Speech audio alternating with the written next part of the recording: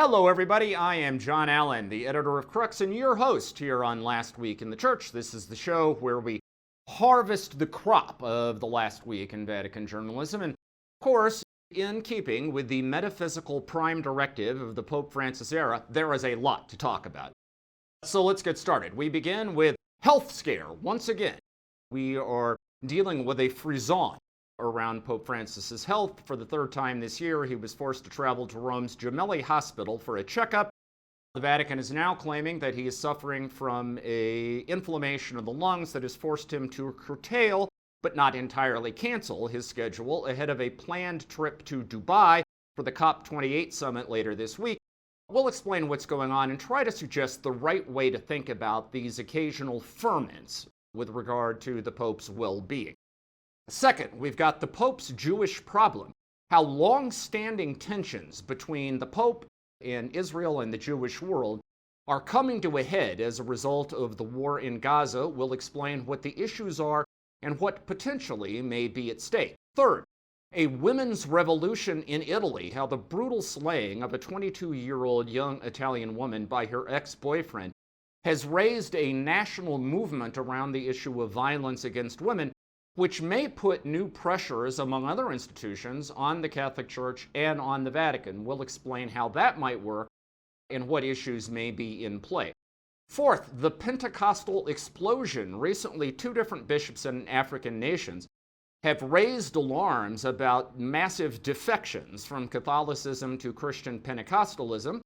We will unpack why this is not a news story and the options on the table in terms of how the church might respond. Finally, this week, we got still doing Dubai. Pope Francis has indicated he still plans to travel to Dubai for that climate change summit. We'll explain what the Pope hopes to get out of this meeting and what might be at stake. All that and more is waiting for you on this edition of Last Week in the Church, so please stay where you are.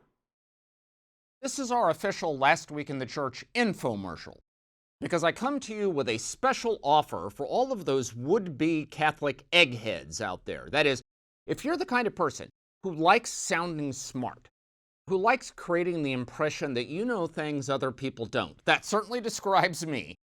If that describes you, you're going to want to know about this.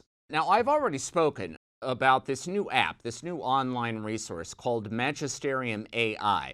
Basically, what it allows you to do is to type in a question like, what does it mean that the Pope is infallible? Or what does the Catholic Church teach about the environment? Or, whatever. And it will give you a short, smart, easily digestible answer based on more than 5,000 official magisterial texts. But recently, these guys have created a new feature on the app. It's called the Scholarly Mode, which draws not just on official texts, but also the best and brightest of Catholic thinkers and theologians over the centuries, from Augustine and Aquinas to more contemporary figures. And we'll also give you a very quick answer about what those folks have had to say about what the Church teaches on various issues. Now, I promise you that if you try this once, you're going to wonder how in God's name you ever lived without it.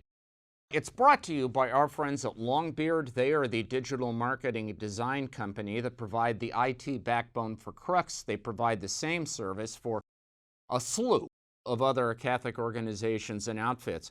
They're brilliant, and they are creative, and they are tremendous. And I'm kind of out of adjectives at this point, which is saying something because I traffic in adjectives. But I am telling you, these people are the absolute level best. So check it out. This is Magisterium AI, their new scholarly mode.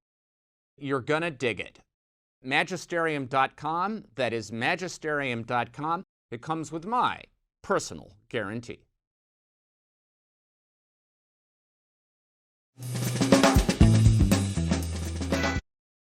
Hello, everybody. Welcome back. Happy Tuesday to you. Happy Tuesday, November 28th in the year of our Lord 2023. As you can tell, if you're a regular viewer of this program, we are still not back in Rome. We are still coming to you from the mountainous city, the mile-high city of Denver, Colorado, where we have been visiting my wife's natural and my own adopted families during the last couple of weeks. We'll be back in Rome shortly. In the meantime, let me give a special shout out to the fine people at the Holiday Inn in Lakewood, Colorado, who have treated us with great hospitality while we've been here. Let's dive in. So we begin with the Pope's health. If you have been following the wires for the last couple of days, you know that once again we are in the grip of a kind of what I would describe as mild alarm about Pope Francis's health. Things began on Saturday when the Vatican put out a brief statement indicating that as a result of a mild flu, the Pope was going to be pulling out of his scheduled commitments that day. Later on in the day, we got a note saying that the Pope had gone to Rome's Gemelli Hospital. That, of course, is the hospital where popes always go. There is a room there permanently set aside for the Pope's use, where he had undergone a CAT scan, which they said was negative. So basically, the message was nothing to see here. Then, what we learned is that for the Pope's Angelus address on Sunday, he was not going to be doing that from the window of the papal apartment overlooking St. Peter's Square as normal. Instead, it would be live streamed from his residence in the Santa Marta. That's the kind of hotel-like structure on Vatican grounds where Pope Francis lives. First time he had live streamed an event from there since the COVID pandemic, actually. And during that Angelus, while the Pope did briefly speak in his own name, most of the message was read for him by an aide. The Pope fundamentally seemed okay, although it was clear he was having difficulty breathing. You could also, on the TV feed, you could see that he had an IV hookup in his hand where he had been receiving antibiotics. Then, later on Monday, we got a statement from the Vatican indicating that his CAT scan, well, essentially adding detail would be the polite way to put it. Correcting, I suppose, would be the more accurate way to put it. Their statement on Sunday saying that the CAT scan, while negative for pneumonia, had in fact turned up an inflammation of the lungs, and that over the next few days, the Pope would be curtailing his schedule, that is, eliminating some planned meetings, though not all of them. He actually met with a head of state on Monday, despite his health difficulties.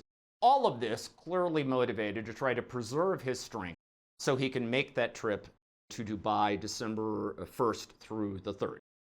Now, look, as I say, this is not our first rodeo, right? This is not the first time down the block in terms of there being a health scare around Pope Francis. As I mentioned at the top, this is actually the third time he's been to the Gemelli this year. In late March, early April, he was hospitalized for some respiratory difficulties, basically a case of bronchitis. In June, he went back in for a hernial surgery. And each time, of course, there is a mixture of reassuring statements from officialdom and alarm, ranging to borderline panic in some other circles, about whether or not this is actually the end. Let me try to provide to you what I think of as the proper mental framework to approach these occasional health scares. It's a mixture of caution and realism. Okay, let's begin with the caution. And by caution, I basically mean let's not get carried away. Let me give you a bit of breaking news. A prominent official, a prominent personality in Rome is forced to curtail certain events on their schedule as a result of an illness that involves a respiratory difficulty, and they are trying to marshal their strength ahead of this planned trip to Dubai for the COP28 summit. I could easily be talking about the Pope. I'm not. I'm talking about my wife, Elise. Here in Denver, she has contracted a somewhat nasty cold that is coming with sinus complications, which is making her breathing a little bit more labored. On Sunday, she had to bail on a planned rendezvous with some members of her family. Today, again, we're not going to have the full schedule that we were looking at in terms of maximizing our time with family because she's trying to get better, because she wants to be able to be in good shape to make that trip to Dubai once we get back. Now, look, am I concerned about Elise? Of course, nobody likes to see somebody they care about suffering. Do I think she's on death's door? No, I actually think she's going to be perfectly fine, okay? It's just going to take some time. And I think probably the same thing is true of Pope Francis. There is no indication that the issues he's dealing with right now are life-threatening, and therefore memo to colleagues on the Vatican beat, don't have your finger poised above the button to make your obituary go live quite yet, okay? I don't think we're quite there yet. Now, that's the caution. The realism is, let's face it, we are talking about an 86-year-old pontiff who is going to turn 87 next month on December 17th. He is already the oldest reigning pontiff in the last 120 years. He's been to the hospital 3 times this year. Respiratory challenges are especially significant because, as we all know, as a young man, the Pope had part of one lung removed. He is dealing with a cluster of various other ailments, none of them life-threatening, but all of them annoying. He has a chronic case of sciatica, that nerve condition that makes it painful to stand or sit in one position for very long. He has ongoing knee difficulties, so forth and so on. So look, the plain reality is, one of these days, one of these health scares really will mark the beginning of the end. And so it is always in order, I think, to stay alert and to take these things seriously.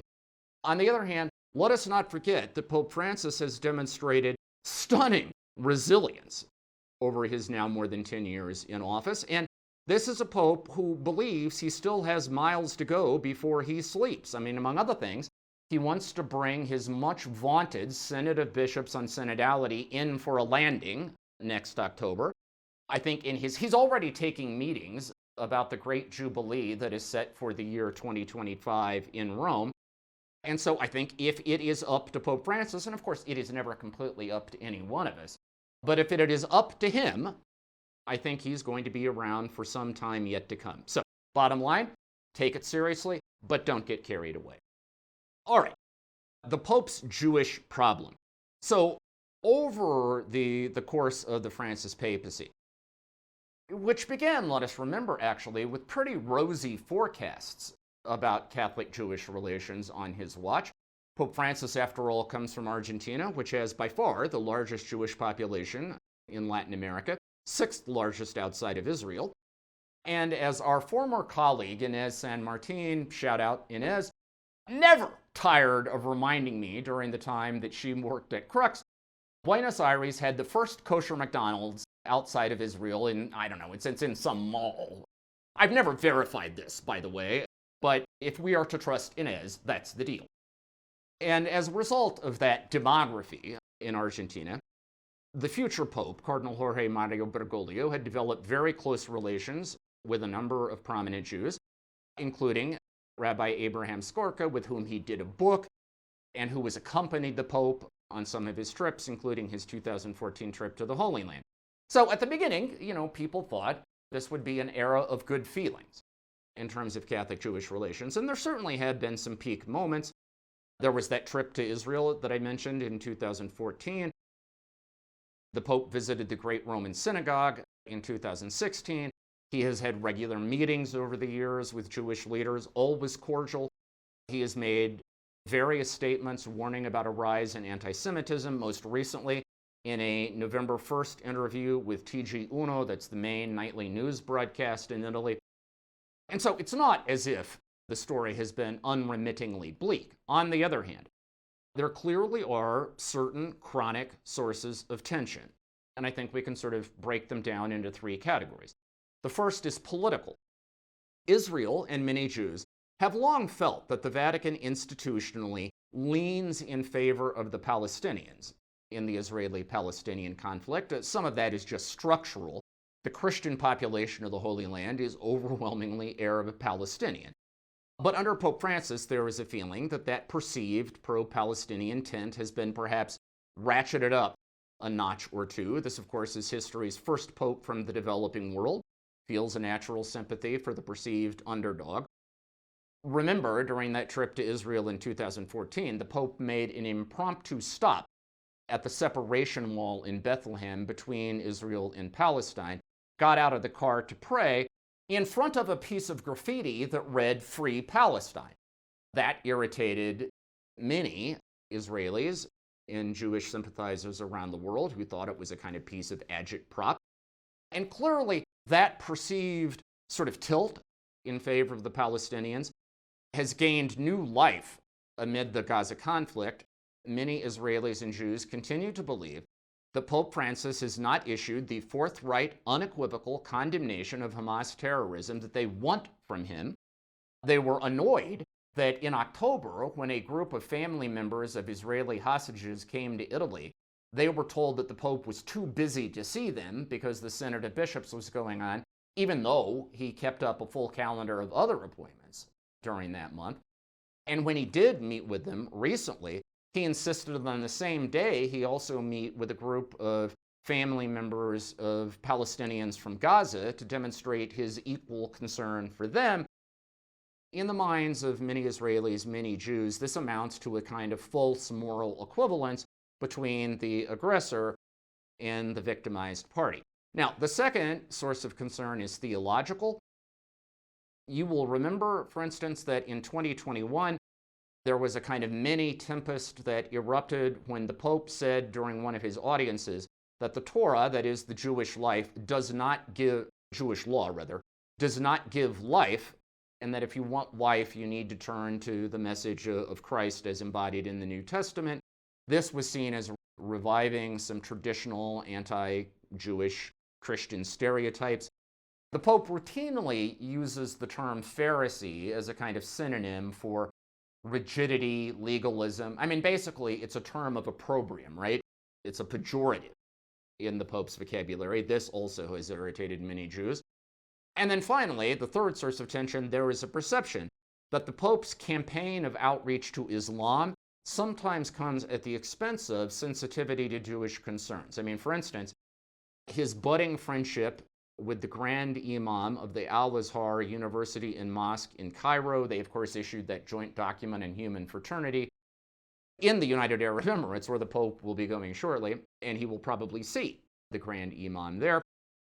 That irritates many Israelis and Jews because of the perception that the Grand Imam is, well, to put it politely, no friend of Israel or Jews. He publicly supported the Hamas attacks on Israel on October 7th.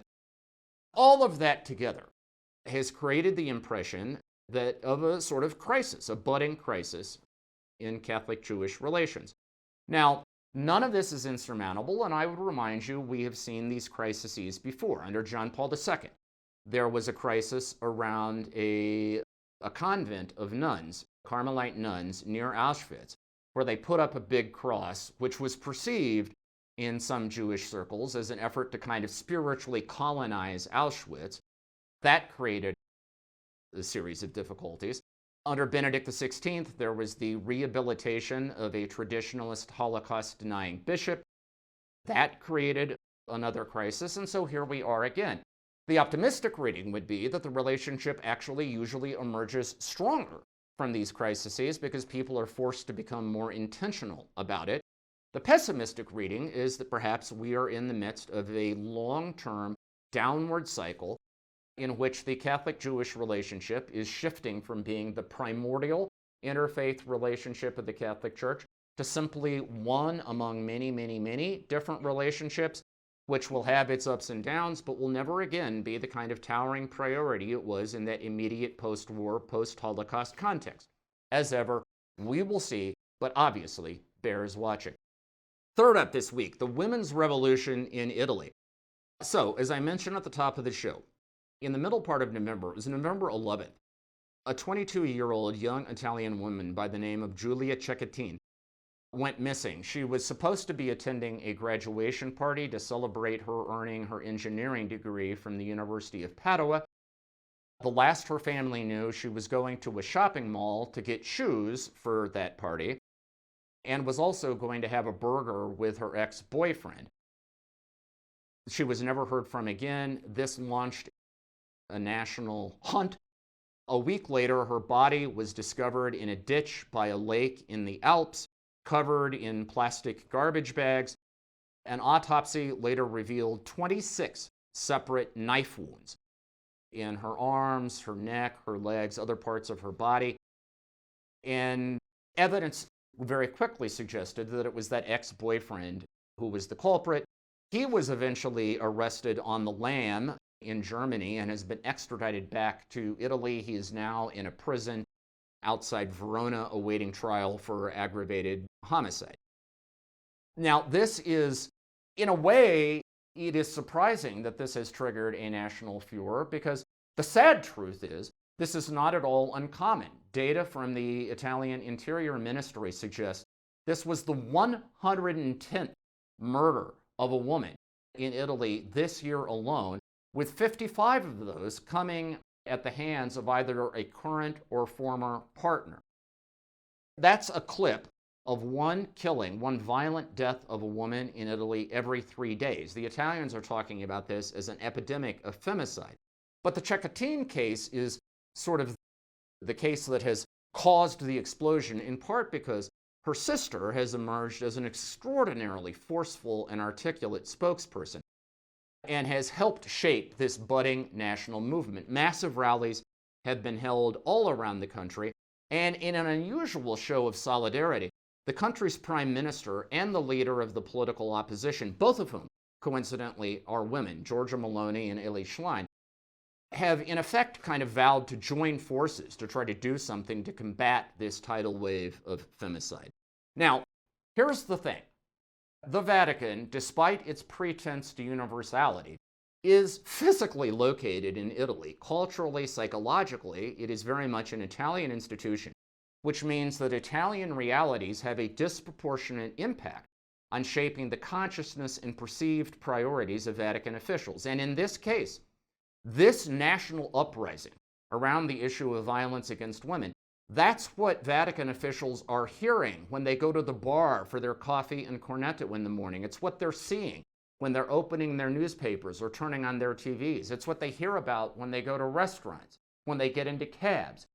Inevitably, this situation is going to place new pressure on the Church and the Vatican to try to demonstrate its own concern and its own solidarity. And that might be a little tricky, actually, for Pope Francis. I mean, at first blush, you would think he's the ideal pope for this, because empowering women has been one of the cornerstones of his papacy from the very beginning. But it is true that at the moment, the Catholic Church is struggling with its own internal issues having to do with violence against women, localized in the case of ex-Jesuit priest Father Marco Rupnik, who was accused of the serial sexual, psychological, and spiritual abuse of more than 20 adult women, most of them nuns, over a 30-year period. There has been a drumbeat of criticism about the way church officials, up to and including Pope Francis, have handled this issue. Recently, the former editor of a women's insert to the Vatican newspaper, a prominent Italian pundit by the name of Lucetta Scarafia, publicly said that Pope Francis has no business trying to be a moral leader on the issue of violence against women, as long as he is still tolerating abusers such as Rupnik in his own ranks. Bottom line is that this new ferment in Italy is going to place a new spotlight on every institution, including the Catholic Church, including the Vatican, in terms of what it does to promote the security, the safety, and the empowerment of women. And while Francis has a great deal positive to put on the table in terms of that conversation, this situation likely is also going to create new pressures to follow through, most particularly probably to come clean on how we got to where we are on the Rupnik mess and where that is going to go from here. That was already a hot potato for the Pope. This situation clearly is going to compound the pressure on the Pope and his aides to be perceived as doing the right thing. All right, fourth up this week, we've got the Pentecostal explosion. So Crux's stellar Africa correspondent, Nagala Kilian Chimtam, recently has been doing some reporting. First out of Ghana, and then second out of Congo-Brazzaville.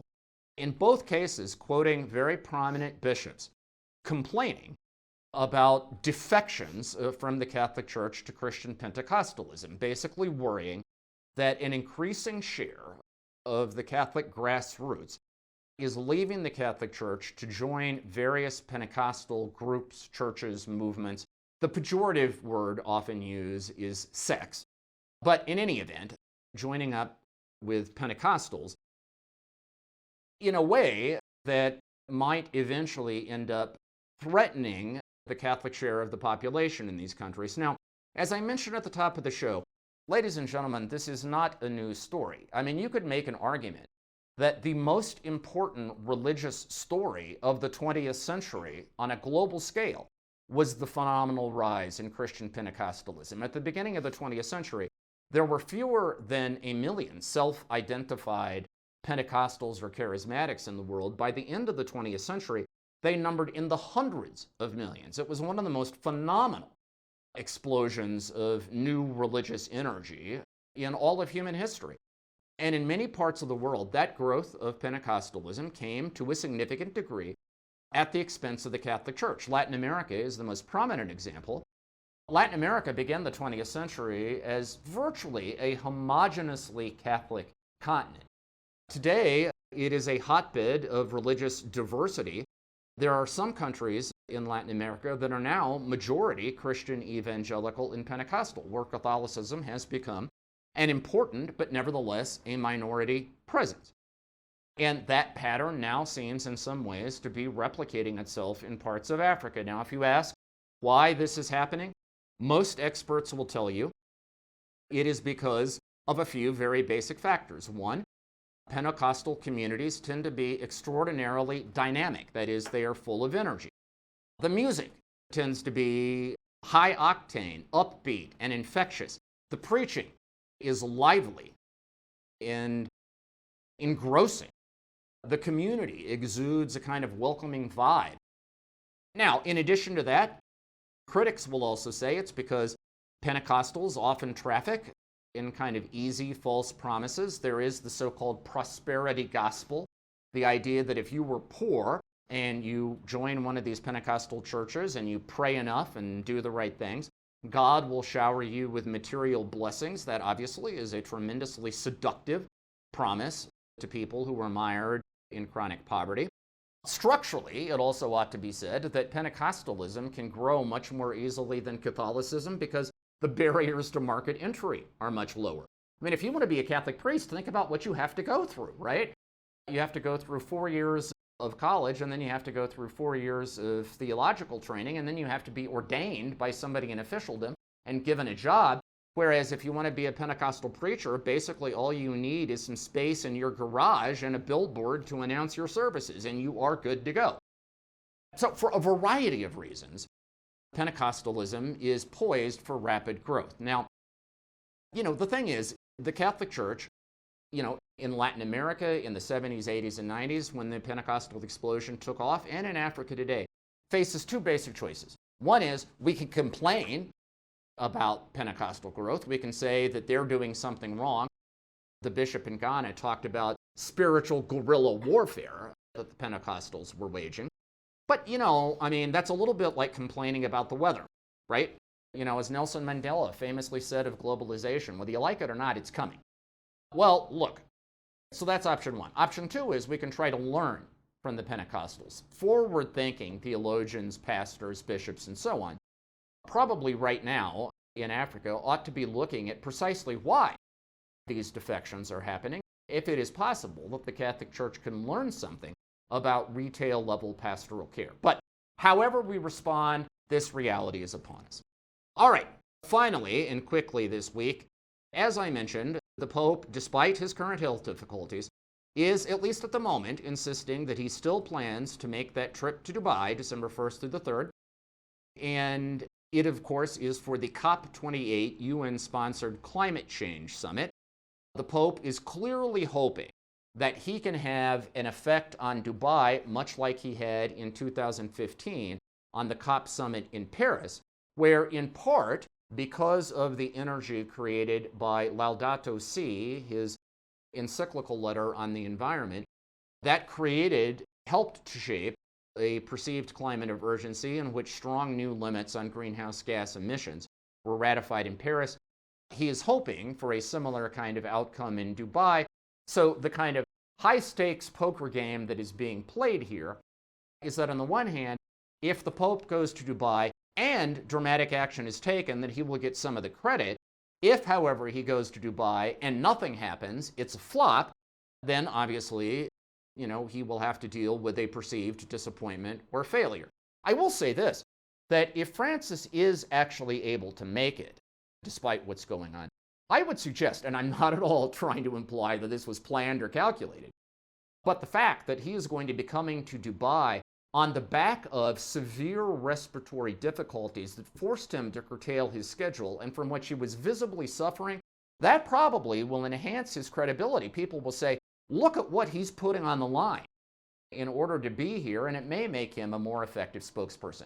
My wife Elise, assuming she overcomes her own respiratory difficulties, will have full coverage on the Crux site. All right, that is our show for this week.